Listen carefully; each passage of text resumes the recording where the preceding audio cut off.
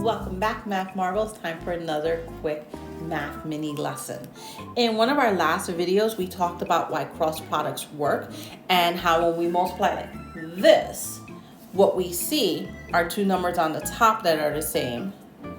That's what we see. What we don't see is that we actually have two equivalent fractions because we're multiplying each fraction by the other denominator. That's what we don't see. We only see the top half of that work, and it makes math look like magic, but now we know that there's logic. So we're going to talk about how we can use cross products and how it is really helpful and in our work today with ratios. So for example, if I had 3/4 is equal to n over 20, I wouldn't even have to use a lot of cross products. I would just know that because I can multiply by 5 over 5, n is equal to 15. I would just see that. However, what if my number wasn't even? Like if I had 22. Cross products can be used as well to figure out what that missing number is to make both fractions equivalent. And here's how. So when we're multiplying across, we already know what happens. In this case, I have 4 times the number. I don't know what that number is, but I know it's going to be the numerator for an equivalent fraction. We saw why that worked before in the last video.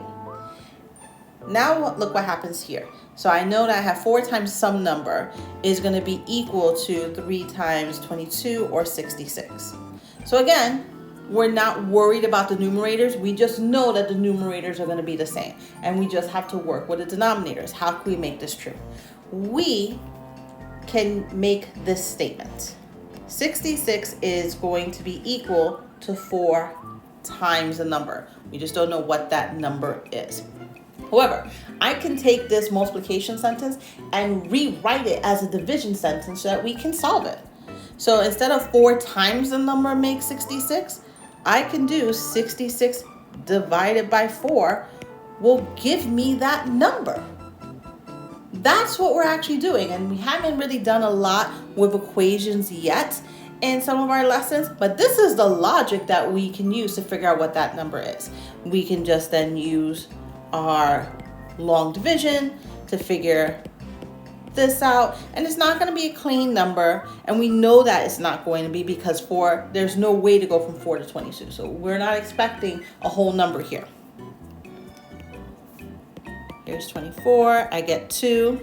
I'm going to add a decimal, and 4 goes into 25 times, so that number is equal to 16 and 5 tenths. So this is how we can use our cross products to actually figure out, well, what would that numerator be so I can make them equivalent to each other.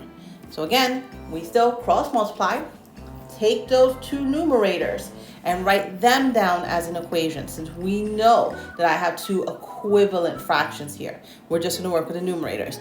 And then just use your math logic to figure out that missing number.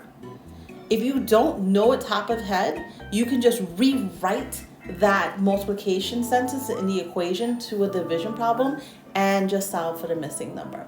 And then you could always just go back into your problem and test if it's true. Here's 22. Here's 16 and 5 tenths. We already know that this is 66, and you can just test on the other side. Is 16 and 5 tenths times 4? Let's do the math. It's 20. 24 plus 2 is 26. 4 times 1 plus 2 is 6. Boom, we do get 66. So we do have two equivalent fractions. 66 over 88 is equal to 66 over 88. And there you go, Math Marvels. That's how we can use cross products with a little bit more logic to make any fractions equivalent to each other, even when we do not have simple whole numbers. Super helpful in 7th grade as we work with more rational numbers. So we're going to stop there for now. I will see you in the next video. Take care, Math Marvels. Bye.